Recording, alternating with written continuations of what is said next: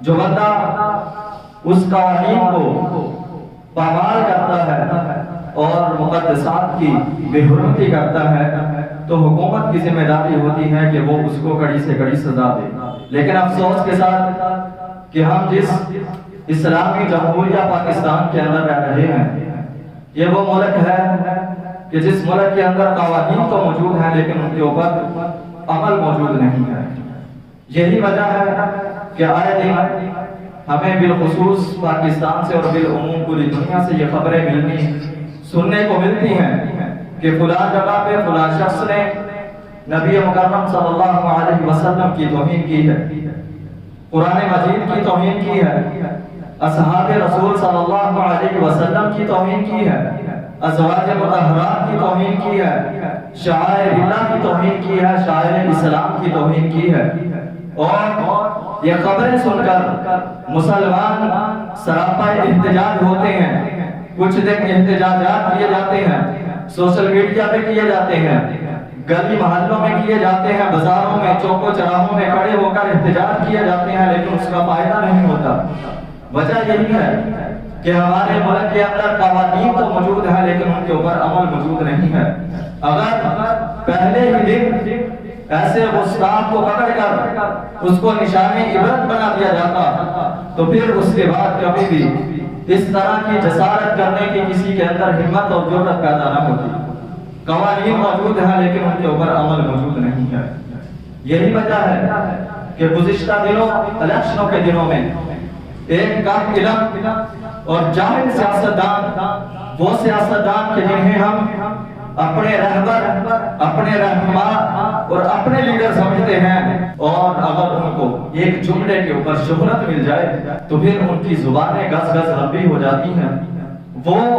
اپنی زبانوں سے وہ چیز نکالتے ہیں، وہ الفاظ نکالتے ہیں کہ انہیں علم بھی نہیں ہوتا ہم کیا بول رہے ہیں، کیونکہ انہیں اس چیز کا علم ہے کہ لوگ ہماری زبانوں سے نکلنے والے الفاظ کا انتظار کر رہے ہیں کہ جب ہم اپنی زبانوں سے الفاظ نکالیں گے لوگ ان کو سوشل میڈیا کے اوپر مشہور کر دیں گے اور ہم وائرل ہو جائیں گے.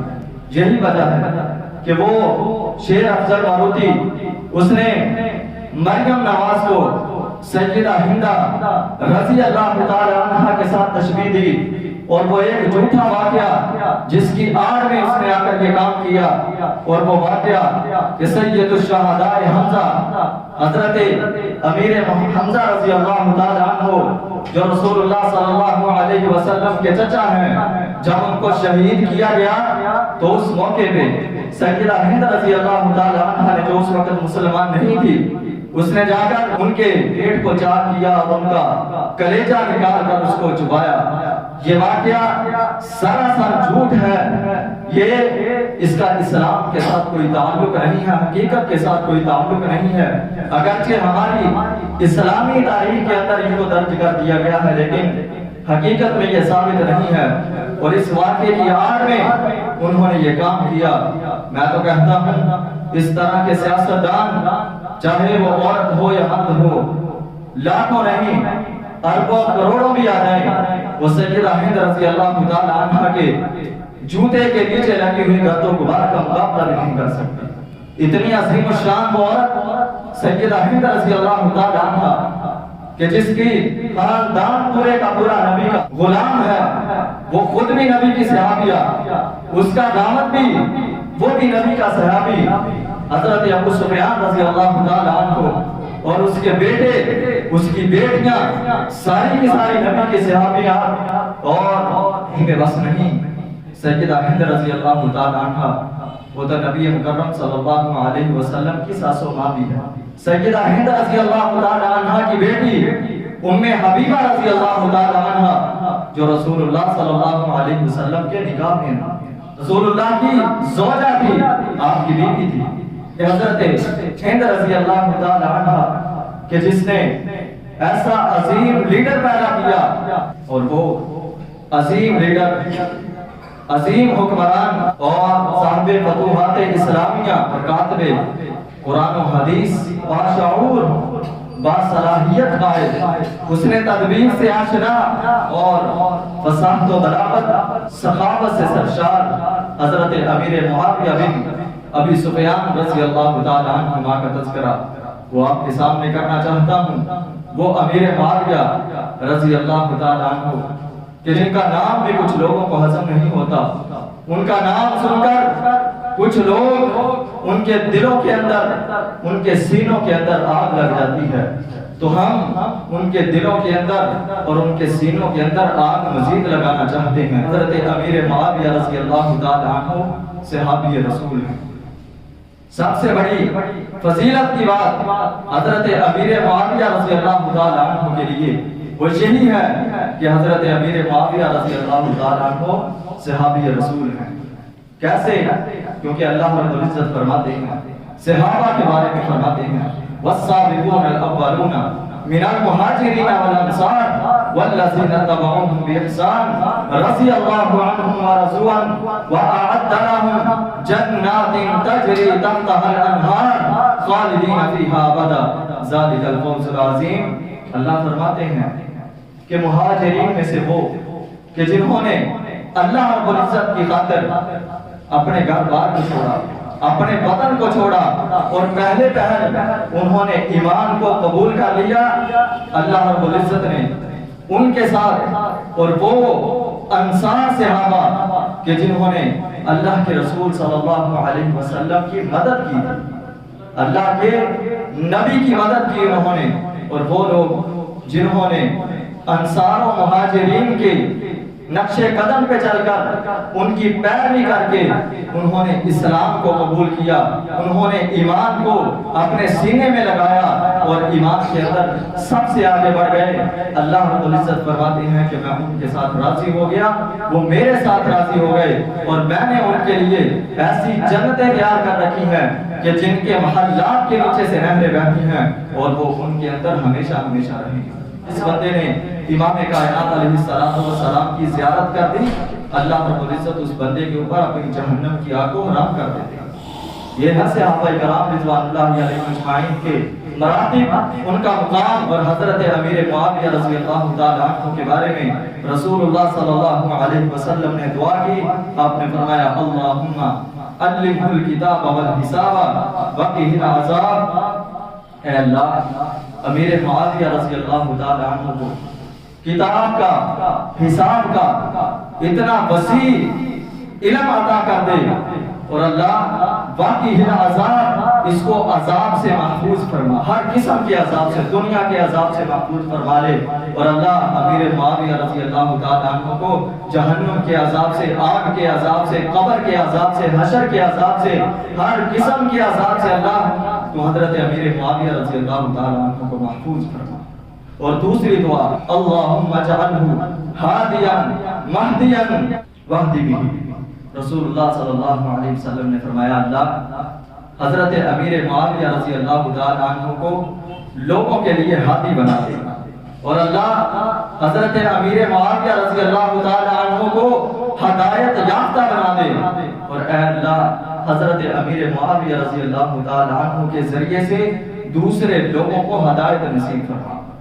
یعنی اس کو خود کو بھی ہدایت یافتہ بنا دے اور اس کے ذریعے سے دوسرے لوگوں کو بھی ہدایت نصیب فرما، اور اس کو لوگوں کے لیے ہادی بنا دے، رہنما بنا دے، اچھا لیڈر بنا دے۔ میں کاتب وحی ہونا یہ سب سے بڑھ کر سعادت والی بات ہے، لیکن سعادت مندی ہونے کے ساتھ ساتھ سب سے زیادہ اجر و ثواب کا بھی باعث ہے کاتب وحی ہونا۔ جو بندہ وحی کو لکھتا ہے، رسول اللہ صلی اللہ علیہ وسلم کے اوپر نازل ہونے والے دین کو لکھتا ہو، وہ کتنا بڑا عظیم الشان صحابی ہوگا، وہ کتنا بڑا عظیم الشان انسان ہوگا کہ جس کو یہ اعزاز حاصل ہے کہ وہ اللہ رب العزت کے دین کو لکھ رہا ہے، وہ اللہ رب العزت کے دین کو لکھ رہا ہے۔ ابو طالب نے ابو عبداللہ ان سے سوال کیا، ان سے پوچھا کہ کیا میں حضرت امیر معاویہ رضی اللہ تعالی عنہ کو اور حضرت عبداللہ ابن عمر رضی اللہ تعالی عنہما کو امت کا ماموں کہہ سکتا ہوں؟ تو انہوں نے کہا کیوں نہیں، آپ کہہ سکتے ہیں، کیونکہ حضرت عبداللہ ابن عمر رضی اللہ تعالی عنہما کی بہن حضرت حفصہ رضی اللہ تعالی عنہ، وہ بھی رسول اللہ صلی اللہ علیہ وسلم کی بیوی ہیں، اور حضرت امیر معاویہ رضی اللہ تعالی عنہ کی بہن ام حبیبہ رضی اللہ تعالی عنہ، وہ بھی رسول اللہ صلی اللہ علیہ وسلم کی بیوی ہیں۔ تو آپ اس لیے ان کو ماموں کہہ سکتے ہیں، امت کا ماموں کہہ سکتے ہیں، کیونکہ وہ امہات المؤمنین ہے، جو ازواج مطہرات ہے، ان کے بارے میں اللہ کا فیصلہ ہے کہ امہات المؤمنین وہ امت کی مائیں ہیں۔ جب وہ امت کی مائیں ہیں تو ان کے بھائی وہ پھر زمانے کے امت کے ماموں ہوئے نا۔ محدثین نے اپنی کتابوں کے اندر حضرت امیر معاویہ رضی اللہ تعالی عنہ کو خال المؤمنین لکھا ہے، اس کا مطلب ہے کہ وہ امت کے ماموں ہیں۔ جیسے ابن عساکر رحمہ اللہ تعالی نے اپنی کتاب تاریخ دمشق کے اندر حضرت امیر معاویہ رضی اللہ تعالی عنہ کو خال المؤمنین لکھا، اور اسی طرح امام ابن کثیر رحمہ اللہ تعالی نے اپنی کتاب البدایہ والنہایہ کے اندر حضرت امیر معاویہ رضی اللہ تعالی عنہ کو خال المؤمنین لکھا۔ کتنا بڑا اعزاز ہے حضرت امیر معاویہ رضی اللہ تعالی عنہ کو کہ ان کی بہن وہ رسول کائنات علیہ السلام کے نکاح کے اندر تھی، ازواج مطہرات کے اندر ہیں، وہ رسول اللہ صلی اللہ علیہ وسلم کی اہل بیت کے اندر شامل ہیں، کہ وہ اسلام کے چھٹے حکمران تھے، اسلام کے چھٹے حکمران تھے حضرت امیر معاویہ رضی اللہ تعالی عنہ، اور نبی مکرم صلی اللہ علیہ وسلم نے ان کے دور کو رحمت والا دور کہا ہے۔ آج لوگ کہتے ہیں کہ ان کے دور کے اندر فلان ہو گیا، رسول اللہ صلی اللہ علیہ وسلم نے امیر معاویہ رضی اللہ تعالی عنہ کے دور حکومت کو رحمت کا دور کہا ہے، اور آپ علیہ السلام نے فرمایا اول ھذا الامر نبوۃ و رحمت، آپ نے فرمایا کہ میرا سب سے پہلا یہ دور نبوی دور ہے جو رحمت والا بھی ہے اور نبوت والا بھی ہے، اور پھر آپ علیہ السلام نے فرمایا ثم یکون خلافۃ و رحمۃ، پھر اس کے بعد دوسرا دور وہ خلافت کا دور ہے، مایا یہ خلافت کا دور جو ہے یہ بھی رحمت والا ہے، اور اسی طرح پھر آپ علیہ السلام نے فرمایا ثم یکون ملکا و رحمتا، پھر اس کے بعد جو تیسرا دور ہے وہ ملوکیت کا ہے، بادشاہت کا دور ہے، اور وہ بھی رحمت والا دور ہے۔ اور شیخ الاسلام ابن تیمیہ رحمہ اللہ تعالی نے یہ فرمایا ہے کہ حضرت امیر معاویہ رضی اللہ تعالی عنہ کا جو دور تھا وہ ملوکیت کا دور تھا اور وہ رحمت والا دور ہے، کہ جس کے بارے میں رسول اللہ صلی اللہ علیہ وسلم نے فرمایا کہ ملکن و رحمتن، کہ تیسرا دور وہ ہے کہ جو ملوکیت کا دور ہے، جو بادشاہت کا دور ہے، بادشاہت کا دور حضرت امیر معاویہ رضی اللہ تعالی عنہ کے دور خلافت سے شروع ہوا ہے، ان کی حکومت سے شروع ہوا، اور وہ پہلے ملوکیت کے سب سے پہلے حکمران ہیں، اور رسول اللہ صلی اللہ علیہ وسلم نے ان کے دور کے بارے میں فرمایا کہ اس کا دور خلافت، ان کی حکومت وہ رحمت والی حکومت ہے، وہ لوگوں کے ساتھ بلائی والی، نفع بخش حکومت ہوگی، اور واقعتاً شاندار حکومت جو حضرت امیر معاویہ رضی اللہ تعالی عنہ نے کی ہے۔ اور اس کے بعد رسول اللہ صلی اللہ علیہ وسلم کی وہ پیشن گوئی جو آپ علیہ السلام نے حضرت امیر معاویہ رضی اللہ تعالی عنہ کے بارے میں کی تھی، آپ علیہ السلام نے فرمایا، ام حرام رضی اللہ تعالی عنہ فرماتی ہیں کہ میں نے رسول اللہ صلی اللہ علیہ وسلم کو یہ فرماتے ہوئے سنا، آپ نے فرمایا کہ میری امت کے وہ لوگ جو سب سے پہلے بحری جنگ لڑیں گے، سمندر کی جنگ لڑیں گے، اللہ رب العزت نے ان لوگوں کے اوپر اپنی جنت کو واجب قرار دے دیا۔ اور حضرت ام حرام رضی اللہ تعالی عنہ کہتی ہیں کہ میں نے رسول اللہ صلی اللہ علیہ وسلم سے عرض کی، اے اللہ کے رسول کیا میں بھی ان لوگوں کے اندر شامل ہوں گی؟ تو آپ نے فرمایا ہاں تم بھی انہی لوگوں میں سے ہے۔ حضرت ام حرام رضی اللہ تعالی عنہ فرماتی ہیں کہ رسول اللہ صلی اللہ علیہ وسلم نے فرمایا کہ وہ میری امت کے وہ لوگ کہ جو کیسر روم کے دارالخلافہ قسطنطنیہ کو فتح کریں گے، ان کے اوپر حملہ آور ہوں گے، اللہ رب العزت نے ان کو معاف فرما دیا ہے، ان کی بخشش فرما دی ہے، اللہ رب العزت نے ان کو معاف فرما دیا ہے۔ تو ام حرام رضی اللہ تعالی عنہ کہتی ہیں کہ میں نے پھر عرض کی، اللہ کے رسول کیا میں بھی ان لوگوں کے اندر شامل ہوں؟ تو آپ نے فرمایا نہیں، تو ان کے اندر اب شامل نہیں ہے۔ اور محدثین نے لکھا ہے بالاتفاق اس چیز کے اوپر اجماع ہے علماء کا کہ حضرت امیر معاویہ رضی اللہ تعالیٰ عنہ وہ ایسے لیڈر ہیں، وہ ایسے حکمران ہیں کہ جن کی حکومت کے اندر دور خلافت کے اندر سمندری جنگ سب سے پہلے لڑی گئی ہے۔ حضرت امیر معاویہ رضی اللہ تعالیٰ عنہ کی اور کوئی بھی فضیلت نہ ہو، فضائل سارے کے سارے نہ ہوں، ان کی ایک فضیلت جو سب سے بڑی ہے اور سب کو وہ حاصل ہے، اور وہ ہے صحابیت، کہ اللہ کے رسول صلی اللہ علیہ وسلم کے صحابہ ہونا، اللہ کے رسول صلی اللہ علیہ وسلم کے ساتھیوں میں شامل ہونا، یہ سب سے بڑی فضیلت ہے، کیونکہ اللہ فرماتے ہیں رضی اللہ عنہم ورضوا عنہ کہ جو اللہ کے رسول صلی اللہ علیہ وسلم کے ساتھی ہیں، ان کے ساتھ زندگی گزارنے والے ہیں، ان کے ساتھ قدم ملا کے جنگیں لڑنے والے ہیں، میں ان لوگوں کے اوپر راضی ہو گیا اور وہ میرے اوپر راضی ہو گئے، اس سے بڑھ کر اور کیا چاہیے کہ حضرت امیر معاویہ رضی اللہ تعالیٰ عنہ لوگوں کے اندر بھی شامل ہیں کہ جو اللہ کے رسول صلی اللہ علیہ وسلم کے صحابی ہیں۔ تو بھائی ہم باقی چیزوں کو چھوڑ دیں، ہمیں اسی چیز کو دیکھ لینا چاہیے کہ وہ اللہ کے رسول کے صحابی ہیں۔ جب بات آ جائے کہ یہ صحابہ ہیں تو پھر کوئی بھی چیز ان کے بارے میں نہیں کہنی چاہیے۔ اختلاف ہو اس کو اپنے دل میں رکھیں، اختلاف اب اگر ہم کریں گے بھی تو اس کا کوئی فائدہ نہیں ہوگا، لوگوں کے اندر فتنہ پیدا ہوگا۔ ان اختلافات کو اگر اٹھایا جائے گا تو ان اختلافات کی وجہ سے لوگوں کے اندر فتنہ پیدا ہوگا۔ اگر بچنا چاہتے ہیں فتنے سے تو پھر ہمیں خاموش رہنا چاہیے، ان کے باقی معاملات لڑائیاں ہوئی آپس میں جو بھی ہوا ان کو اپنے اندر رکھیں۔ اصل چیز وہ ہے کہ آج ہم عمل کے اندر کمزور ہیں، آج ہم دین کے اندر کمزور ہیں، ایمان کے اندر کمزور ہیں، ان چیزوں کے اوپر فوکس کرنا چاہیے، ان چیزوں کو اپنے اندر اپنانا چاہیے، اپنے اعمال کی طرف دیکھنا چاہیے کہ ہم اعمال کیا کر رہے ہیں، نہ کہ ہم جو تھوڑے بہت ہم نے اعمال کیے ہیں ان کو صحابہ کرام رضوان اللہ علیہم اجمعین کے بارے میں بول کر ہم ان کو بھی ضائع کر لیں گے۔ جو بندہ اصحاب رسول کی نبی کی گستاخی کرتا ہے وہ واجب القتل ہے، اور حکمرانوں کو بھی چاہیے، آنے والوں کو بھی اور جانے والوں کو بھی یہ ہمارا پیغام ہے کہ وہ اس پاکستان کے اندر ایسا قانون نافذ کریں، اس معاملے کے اندر سخت ترین قوانین کو وضع کیا جائے کہ جو بھی اصحاب رسول کے اوپر، اصحاب نبی کے اوپر، ازواج مطہرات کے اوپر، شعائر اللہ کے اوپر، شاعر اسلام کے اوپر، قرآن کے اوپر جو گستاخی کرتا ہے، بکواس کرتا ہے، اس بندے کو اٹھا کر اس طرح کی سزا دی جائے، نشان عبرت بنا دیا جائے لوگوں کے لیے کہ جو باقی آنے والے ہیں اس کو دیکھ کر وہ یہ سمجھ جائیں کہ اگر ہم نے بھی اس طرح